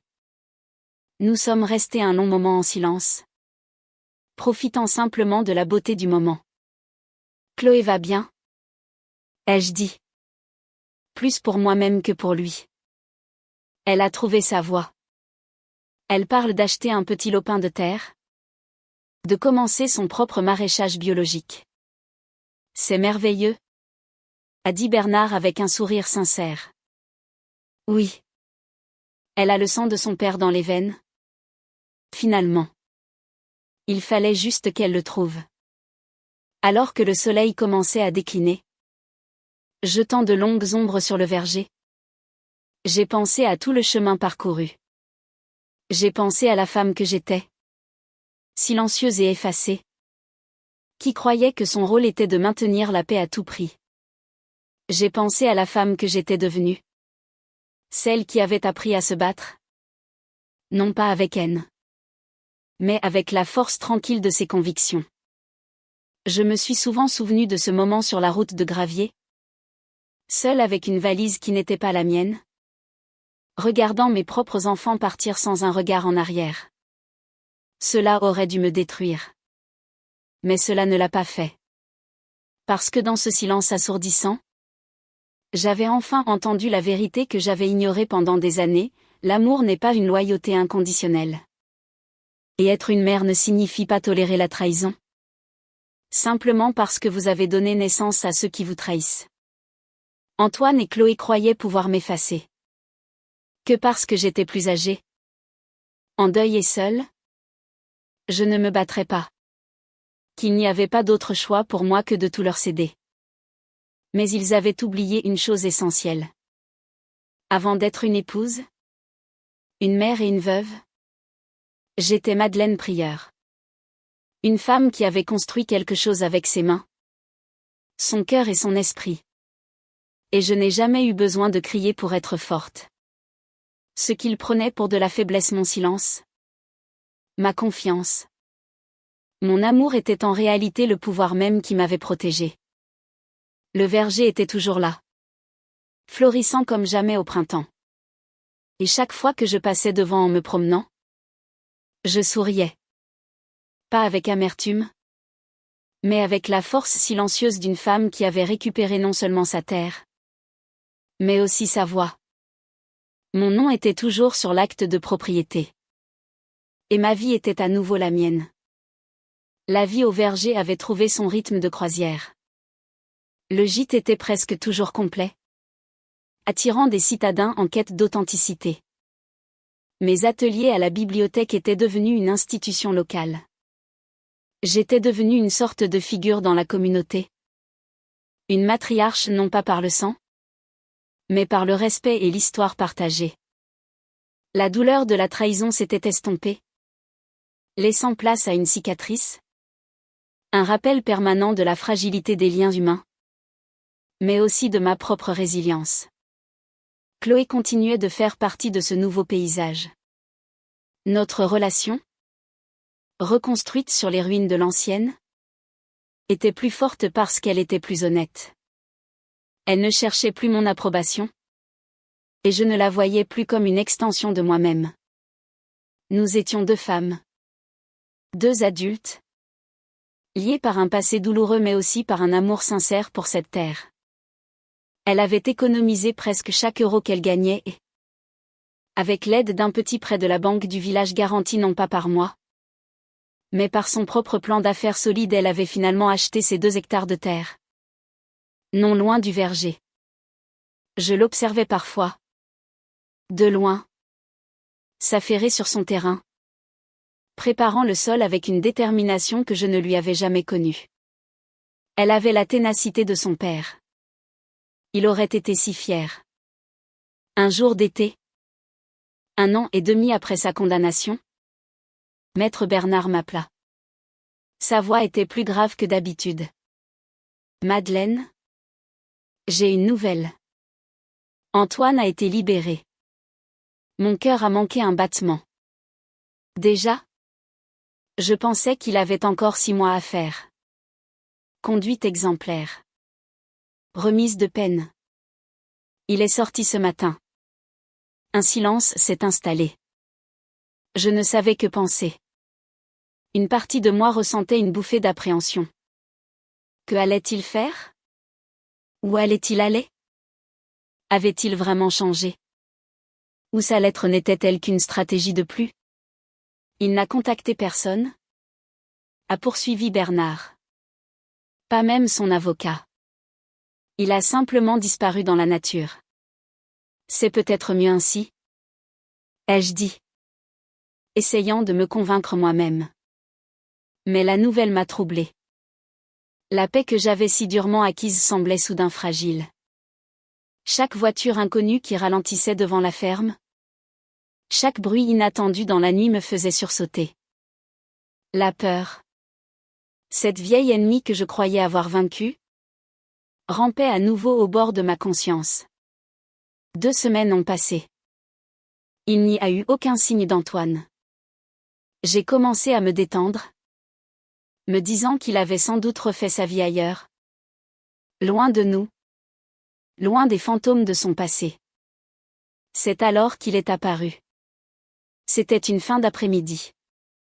J'étais dans le potager, sarclant les mauvaises herbes autour de mes plants de tomates.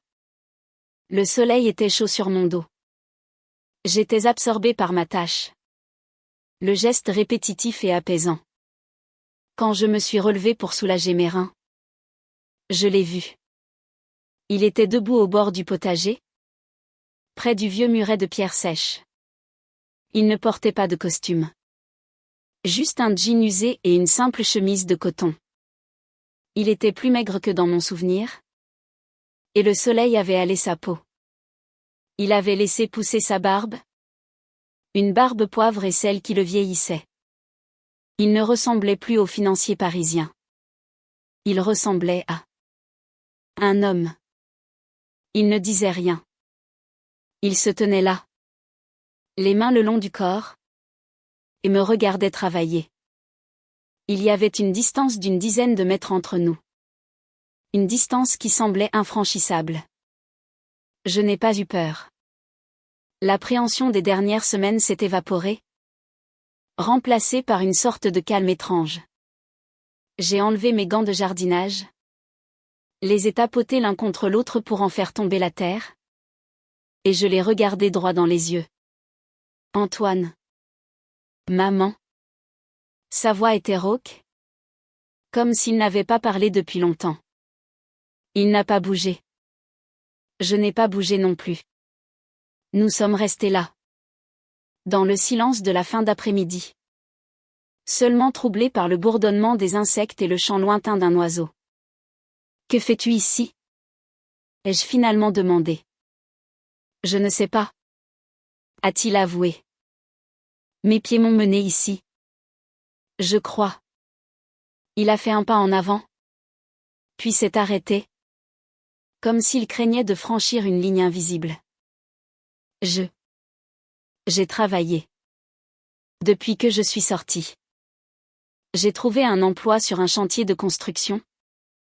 Loin d'ici. Payé au noir. Je voulais. Je ne sais pas. Sentir le poids des choses. Le vrai poids. Il a baissé les yeux sur ses mains. Elles n'étaient plus les mains fines d'un homme de bureau. Elles étaient calleuses. Abîmées. Les mains d'un travailleur. Je ne suis pas venu pour demander quoi que ce soit. A-t-il dit rapidement. Pas d'argent. Pas de pardon. Rien. Je voulais juste. Voir. Voir le verger. Voir s'il était toujours là. Son regard a balayé les rangées d'arbres. Le toit de la maison. Le potager. Il y avait une expression dans ses yeux que je n'avais jamais vue auparavant. Une sorte de nostalgie douloureuse. De regret profond. Il est toujours là. Ai-je dit doucement. Il sera toujours là. Il a hoché la tête. Une lueur de soulagement dans son regard. Chloé. Elle va bien? Elle va bien. Elle a sa propre terre. Maintenant. Elle travaille dur. Un petit sourire a effleuré ses lèvres. C'est bien. C'est tout ce qui compte. Le silence est revenu. Moins lourd cette fois. Je dois y aller? A-t-il dit. Je ne voulais pas te déranger. Il a commencé à se détourner, prêt à repartir comme il était venu. Et c'est là que quelque chose en moi a cédé. Pas le pardon. Pas encore. Mais quelque chose d'autre. Une parcelle de compassion. Une reconnaissance que cet homme brisé devant moi n'était plus le monstre que j'avais affronté dans ma cuisine. Il était peut-être, enfin, en train de commencer son long chemin vers la rédemption. Antoine. Il s'est figé. Le dos tourné. J'ai pris une grande inspiration. Le vieux portail, Au fond du verger. La charnière est cassée. J'ai essayé de la réparer. Mais je n'ai pas assez de force. Il s'est retourné lentement. Il m'a regardé. Ses yeux interrogateurs. N'osant pas croire ce qu'il entendait. Ton père m'a toujours dit que tu étais doué avec tes mains. Quand tu étais enfant. Avant que tu ne décides que les chiffres étaient plus intéressants. Je n'ai rien ajouté. Je lui ai simplement tendu la main. Non pas pour la prendre, mais pour lui indiquer la direction de la remise à outils. La boîte à outils est à sa place habituelle. Dans la grange. Il est resté immobile pendant un long moment, luttant visiblement contre une vague d'émotions. Puis, il a hoché la tête. Un simple hochement de tête, mais qui contenait un monde de sens. Sans un mot, il a contourné le potager et s'est dirigé vers la grange. Je ne l'ai pas suivi. Je suis resté là. Dans mon jardin, écoutant le bruit de ses pas qui s'éloignaient. Peu de temps après, j'ai entendu le son métallique des outils. Puis les coups sourds et réguliers d'un marteau. Il réparait le portail. Je ne savais pas ce que l'avenir nous réservait. Je ne savais pas si ce geste unique pouvait réparer les années de douleur et de trahison. Probablement pas. Certaines blessures ne guérissent jamais complètement. Mais en cet instant, sous le ciel d'été normand, un fils réparait une barrière brisée sur la terre de son père. Et pour la première fois depuis très longtemps, un minuscule éclat d'espoir commençait à poindre. Ce n'était pas une fin. Ce n'était pas un recommencement. C'était juste un pas. Un tout petit pas sur un chemin long et incertain. Et pour aujourd'hui, c'était suffisant. Le bruit du marteau a cessé. Un silence s'est installé, différent de ceux qui l'avaient précédé. Il n'était ni hostile, ni vide. Il était simplement plein d'attente. Je suis resté dans mon potager, mes mains retrouvant instinctivement le contact de la terre, arrachant une mauvaise herbe ici, redressant un tuteur là. C'était mon ancre, mon point de repère dans ce tourbillon d'émotions. Je ne savais pas combien de temps s'était écoulé. Le soleil avait poursuivi sa course vers l'horizon, étirant les ombres des pommiers à travers l'herbe. Finalement, j'ai entendu ses pas revenir. Plus lent cette fois. Il s'est arrêté à la même distance respectueuse qu'auparavant, au bord du potager. C'est fait, a-t-il dit. Sa voix était basse. Merci, ai-je répondu, sans me retourner. Les outils sont rangés. J'ai huilé la nouvelle charnière. Elle devrait tenir.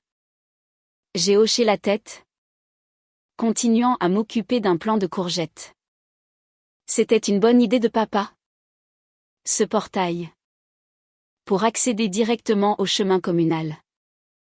Oui, ai-je dit. Il pensait toujours à tout. Un long silence. Je sentais son regard sur mon dos. Je savais qu'il attendait quelque chose. Une invitation ? Peut-être. Ou un renvoi définitif. Mais je ne lui ai donné ni l'un ni l'autre. Ce n'était pas à moi de dicter son chemin. Il devait le trouver seul. Je vais y aller, a-t-il dit finalement. Sa voix teintée d'une résignation que je ne lui connaissais pas. Je ne voulais pas abuser de ton accueil. J'ai entendu ses pas s'éloigner sur le chemin de gravier. Je ne me suis retourné que lorsqu'il a atteint le grand chêne qui marquait la fin de l'allée. Il marchait lentement. Le dos légèrement voûté. Une silhouette solitaire s'éloignant vers le crépuscule. Il n'a pas regardé en arrière. Cette nuit-là, je n'ai pas bien dormi. Des images se bousculaient dans ma tête. Le visage arrogant de mon fils dans la cuisine. Le visage brisé de ma fille sur les marches de l'église. Et maintenant, Ce visage nouveau, usé et fatigué, d'un homme que je commençais à peine à entrevoir. Le pardon est une chose complexe. Ce n'est pas un interrupteur que l'on actionne. C'est un jardin qu'il faut cultiver. Lentement. Avec patience. Et je ne savais pas si j'avais l'envie ou la force de cultiver celui-là. Les semaines ont passé. Il n'y a eu aucun autre signe d'Antoine. La vie a repris son cours. Chloé venait toujours le week-end. Nous travaillions côte à côte. Dans le verger ou dans son propre champ. Un jour, alors que nous déjeunions sur la terrasse, elle a posé la question que je redoutais. Il est venu. N'est-ce pas, Antoine? Des rumeurs circulent vite dans un petit village. Quelqu'un avait dû l'apercevoir. J'ai hoché la tête. Il est venu. Il y a quelques semaines. Et a-t-elle demandé? Anxieuse. Et rien. Il a réparé le vieux portail. Puis il est reparti. Chloé a baissé les yeux sur son assiette. Il m'a appelé. Hier. Mon cœur s'est serré. Qu'est-ce qu'il voulait? Juste. Prendre de mes nouvelles. Savoir si j'allais bien. Si tu allais bien. Il n'a rien demandé. Il avait l'air différent. Calme. Elle a relevé les yeux vers moi. Tu crois que les gens peuvent vraiment changer? Maman? C'était la question à 1 million d'euros. Je crois que les gens peuvent essayer. Chloé. Ai-je répondu prudemment. Le reste? Seul le temps peut le dire. L'automne est revenu. Avec ses couleurs flamboyantes et sa lumière douce. C'était le 2e anniversaire de la mort de Jean-Luc. Comme l'année précédente, je n'ai pas fait de grande cérémonie. Le matin, je suis allée seule au cimetière. J'ai nettoyé la pierre tombale et déposé un bouquet de fleurs sauvages du verger. Je lui ai parlé, à voix basse, lui racontant les nouvelles de la ferme, les succès du gîte, la nouvelle vie de Chloé. Je ne lui ai pas parlé d'Antoine. C'était un fardeau que je devais porter seule. En fin d'après-midi, j'ai fait ce que j'avais toujours fait pour marquer les occasions importantes, j'ai cuisiné une grande tarte aux pommes. La tarte préférée de Jean-Luc. Avec une pâte brisée au beurre et une compote de rainettes maison. L'odeur a empli la maison. Une odeur de souvenirs heureux. Chloé est arrivée juste au moment où je la sortais du four. Elle avait apporté une bouteille de cidre de sa toute première production. Une production minuscule. Presque expérimentale. Mais qui était la sienne. Nous nous sommes installés dans la cuisine. Nous n'avons pas parlé de Jean-Luc. Nous n'en avions pas besoin. Sa présence était là. Dans le silence confortable. Dans le goût de la tarte. Dans la fierté que je lisais dans les yeux de Chloé en me servant son cidre. Alors que nous terminions, nous avons entendu un bruit à l'extérieur. Une voiture qui se garait. Pas une voiture de client du gîte. Le bruit d'un moteur fatigué. Mon estomac s'est noué. Chloé m'a jeté un regard inquiet. Quelqu'un a frappé à la porte. Pas fort. Juste quelques coups discrets. Je me suis levée et je suis allée ouvrir. C'était lui. Antoine. Il se tenait sur le perron. Sous la faible lumière du porche. Il tenait quelque chose dans ses mains. Un petit plant d'arbre dans un pot en terre cuite. Il nous a vus. Chloé et moi. Et a semblé hésiter. Je ne voulais pas déranger. A-t-il balbutié. Je sais quel jour on est. Je voulais juste apporter ça. Il m'a tendu le pot. J'ai regardé le petit arbre. C'était un pommier. Un jeune greffon. C'est un calville blanc d'hiver? A-t-il dit. La variété préférée de papa. Celle qu'il essayait de retrouver depuis des années. J'en ai trouvé un greffon chez un vieux pépiniériste dans le Perche. J'ai pensé qu'il aurait sa place ici. Mes doigts ont effleuré les jeunes feuilles. Le calville blanc d'hiver. Jean-Luc en parlait toujours avec une lueur dans les yeux. C'était la pomme de son enfance. Une variété ancienne, presque disparue. J'ai pris le pot. Nos mains se sont frôlées. Son contact était chaud. Entre. Ai-je dit. Ma voix à peine un murmure. Il est entré dans la cuisine. L'atmosphère était chargée d'une tension palpable. Il a vu Chloé. Ils se sont regardés. Pour la première fois depuis le procès. Il y avait un monde de douleur, de reproches et de regrets dans ce simple regard. Chloé, a-t-il dit doucement. Antoine, a-t-elle répondu?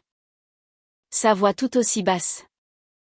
Je suis allé poser le jeune pommier sur le rebord de la fenêtre, à côté de mes pots de basilic. Assieds-toi, ai-je dit à Antoine. Il reste de la tarte.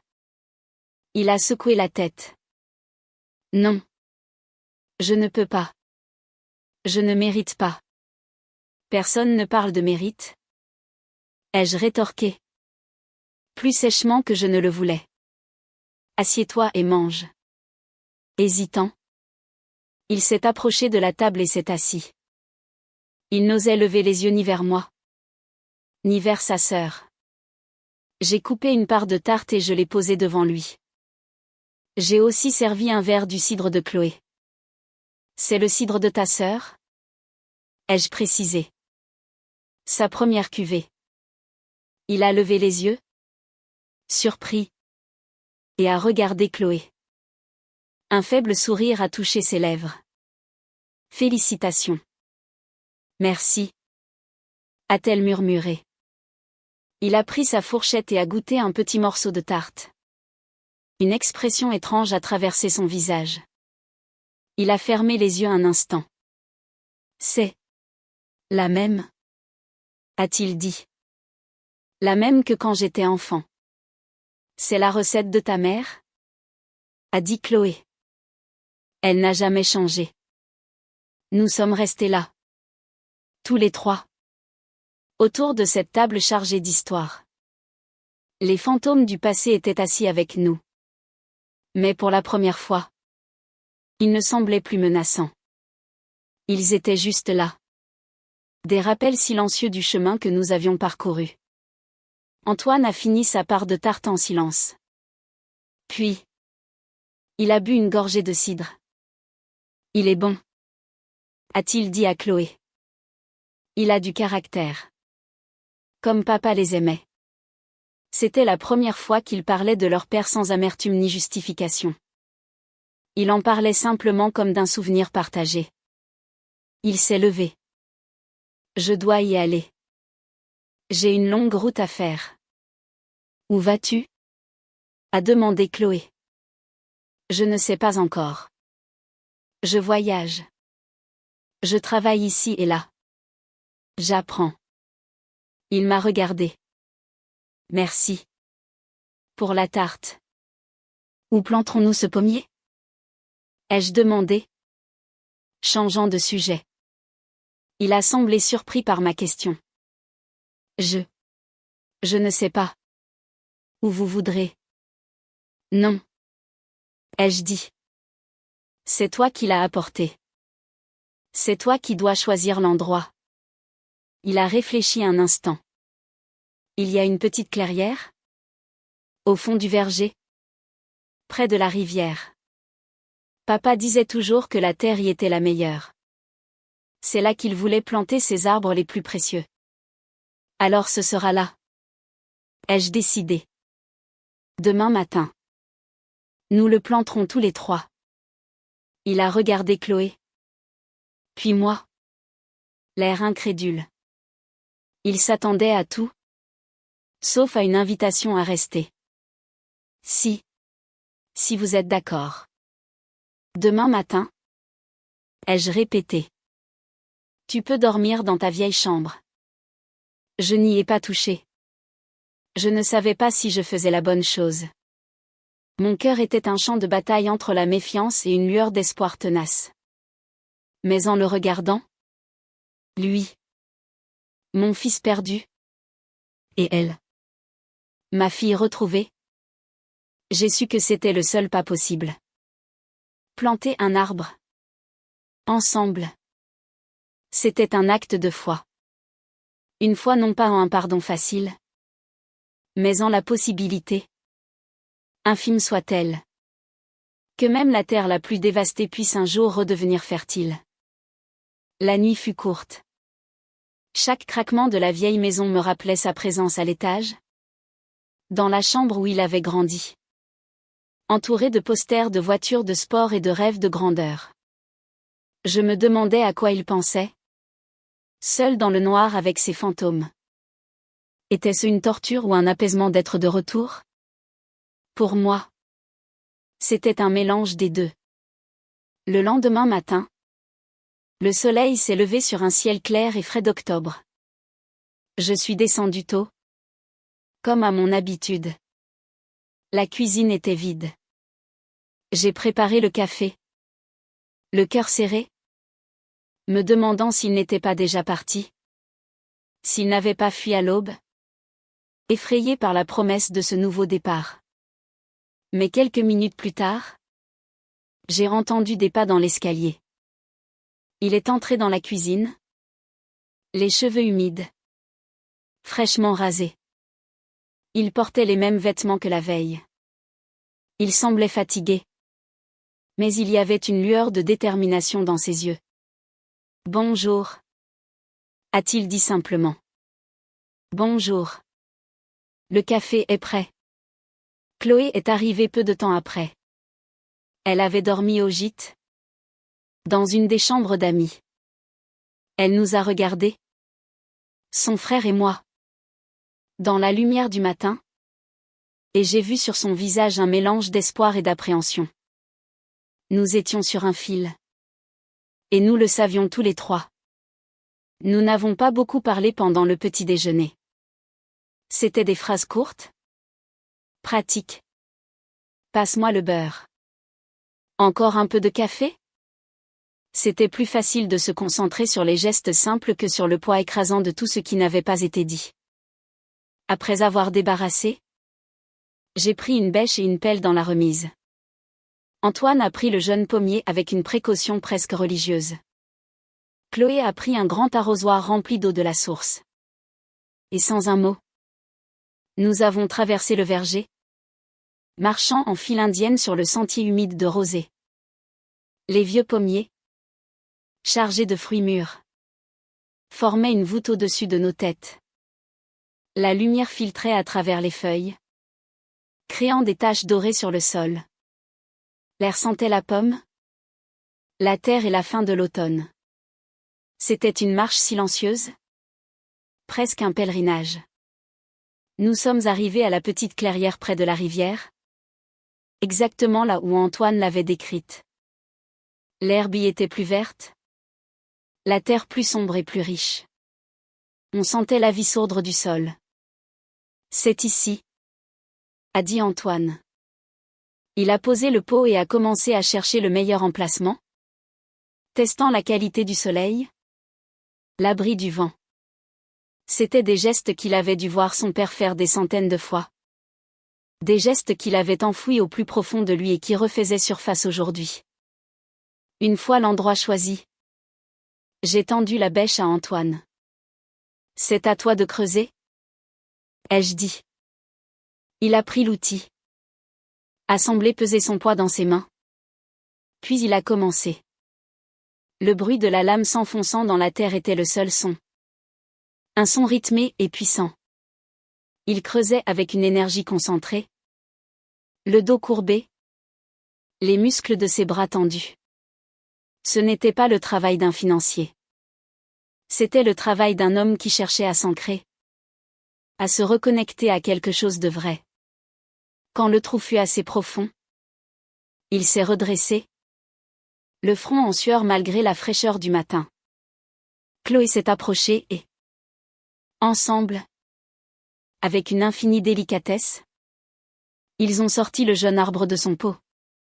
En veillant à ne pas abîmer la motte de racines. Ils l'ont placé dans le trou. Je me suis approchée à mon tour. J'ai pris une poignée de terre et je l'ai laissé glisser autour des racines. Pour ton père? Ai-je murmuré. Chloé a fait de même. Pour l'avenir. Antoine nous a regardés. Puis il a pris sa propre poignée de terre. Il a hésité un instant. Pour tout ce que j'ai cassé? A-t-il dit. Sa voix brisée. Puis, nous avons commencé à reboucher le trou. Nos 3 paires de mains travaillant ensemble. Mélangeant la terre. La tassant doucement autour du tronc fragile. Quand ce fut terminé, Chloé a pris l'arrosoir et a généreusement arrosé le jeune pommier, lui donnant sa première boisson sur cette nouvelle terre. Nous sommes restés là. Un instant. Tous les 3. À contempler notre œuvre. Un petit arbre. À peine plus haut que ma taille. Se dressant fièrement dans la clairière. C'était si peu de choses. Et pourtant, cela représentait tout. Il faudra le tutorer avant l'hiver? A dit Antoine. D'une voix professionnelle. Et le protéger des chevreuils? A ajouté Chloé. J'ai souri. Je vois que vous avez bien retenu les leçons de votre père. Sur le chemin du retour, le silence était différent. Il était plus léger. Quelque chose avait été planté. Pas seulement dans la terre, mais aussi entre nous. Une graine minuscule d'un possible futur. Antoine n'est pas resté. Il a dit qu'il devait repartir. Il n'a pas dit où. Avant de monter dans sa vieille voiture, il s'est tourné vers moi. Je ne sais pas quand je reviendrai, a-t-il dit. Je ne sais même pas si je reviendrai. J'ai encore beaucoup de chemin à faire. Prends soin de toi. Antoine? Ai-je dit. C'était tout ce qu'une mère pouvait dire. Il a ensuite regardé Chloé. Il a fait un pas vers elle et, pour la première fois depuis des années, il l'a prise dans ses bras. Une étreinte maladroite? Brève?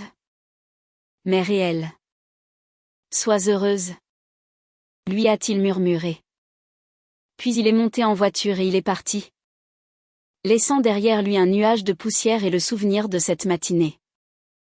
Si vous écoutez cette histoire et que vous avez déjà été mis de côté, sous-estimé ou traité comme une note de bas de page dans votre propre vie, je veux que vous entendiez ceci. Votre force ne réside pas dans la force avec laquelle vous vous battez, mais dans la clarté avec laquelle vous savez ce que vous défendez. Et quand vous tenez bon, même en silence, cela résonne plus fort que n'importe quelle trahison. Mon verger est toujours debout. Mon nom est toujours sur l'acte de propriété. Et ma vie m'appartient à nouveau. Chloé s'épanouit. Sa terre produit ses premiers légumes. Et son rire résonne à nouveau dans la ferme. Quant à Antoine, je ne sais pas où il est. Parfois, je reçois une carte postale, d'un coin reculé de France ou d'ailleurs. Sans adresse de retour. Juste quelques mots. J'ai réparé un toit aujourd'hui. Ou j'ai appris à construire un mur en pierre sèche. Des nouvelles d'un homme qui reconstruit sa vie. Une pierre à la fois. Le pardon n'est jamais venu comme un grand événement. Un moment de révélation. Il est venu en douceur, comme le changement des saisons. Dans le geste de planter un arbre. Dans le goût d'une tarte partagée. Dans la compréhension que certaines choses ne peuvent être réparées, mais que de nouvelles choses peuvent être plantées. Le petit Calville blanc d'hiver a survécu à son premier hiver. Il grandit. Lentement mais sûrement. Dans sa clairière au bord de la rivière. Il faudra des années avant qu'il ne donne ses premiers fruits. Mais je ne suis pas pressé. J'ai appris la patience. J'ai appris que l'héritage le plus précieux n'est pas la terre que l'on possède, mais les graines que l'on sème pour l'avenir. Et j'ai encore beaucoup de graines à semer.